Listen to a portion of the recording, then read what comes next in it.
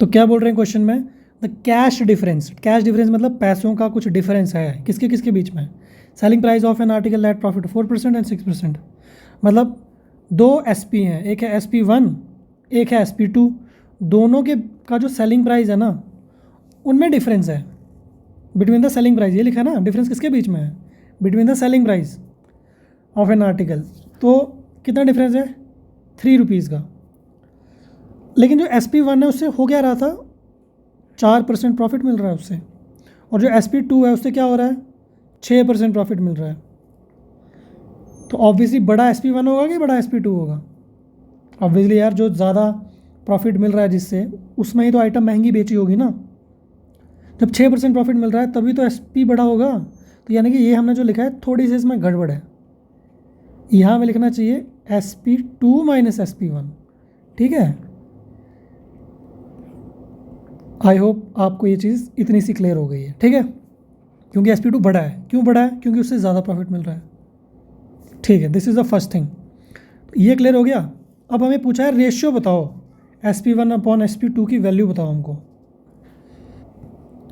तो जो normal simple model है वो क्या होता है कि भाई CP में चीज़ को ख़रीदा जाता है और SP में बेचा जाता है, इन बिटवीन हमको हो जाता है प्रॉफिट, ठीक है। तो जो प्रॉफिट इसमें क्वेश्चन में दिया हुआ है वो है 4%। तो जब हम पहले प्रॉफिट की बात कर रहे हैं 4% की, तो ऑब्वियसली 4% किसका, CP का ना, CP को हमेशा बेस रखते हैं। वैसे ही जो प्रॉफिट नंबर 2 है वो है 6%, 6% किसका, CP का। I hope you understand. तो अभी देखो क्या है, क्या हम प्रॉफिट का जो सिंपल फार्मूला है उसके हिसाब से चीज़ों को लिख सकते हैं। कैन आई राइट कि ये जो प्रॉफिट है it is equals to SP1 minus CP, बिल्कुल लिख सकते हैं। और सिमिलरली इसके लिए भी लिख सकते हैं दैट दिस 6% ऑफ CP जो प्रॉफिट हो रहा है दूसरी केस में, that is equal to SP2 minus CP, right. तो क्या यहाँ से मैं SP1 की वैल्यू निकाल सकता हूँ, इसको इस साइड लेके, ये बनेगा 1.04 times of CP is equals to SP1। और सिमिलरली यहाँ पे अगर CP को लेफ्ट साइड ले जाऊँ so 1.06 times of CP is equals to SP2। Question में क्या पूछा है, रेशियो निकालो, मतलब SP1 अपॉन SP2 निकालना है। तो भाई डिवाइड कर दो ना दोनों साइड। अगर मैं इन दोनों इक्वेशन को डिवाइड करता हूँ तो मुझे एक रेशियो नहीं मिलेगा SP1 अपॉन SP2 का, वही तो पूछा है क्वेश्चन में।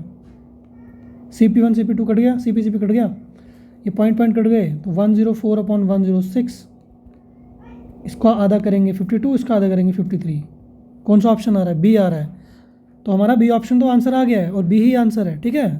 We got the answer. अब आप सोच रहे होंगे यार ये जो चीज़ थी इसका तो कहीं यूज़ ही नहीं हुआ। तो भाई नहीं हुआ तो नहीं हुआ, आप इसका यूज़ करके CP1 और CP2 की एग्जैक्ट वैल्यूज़ निकाल सकते हो।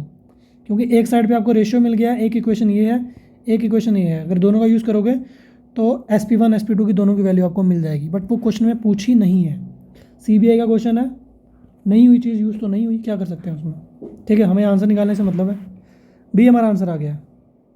सो कीप प्रैक्टिसिंग गाइस।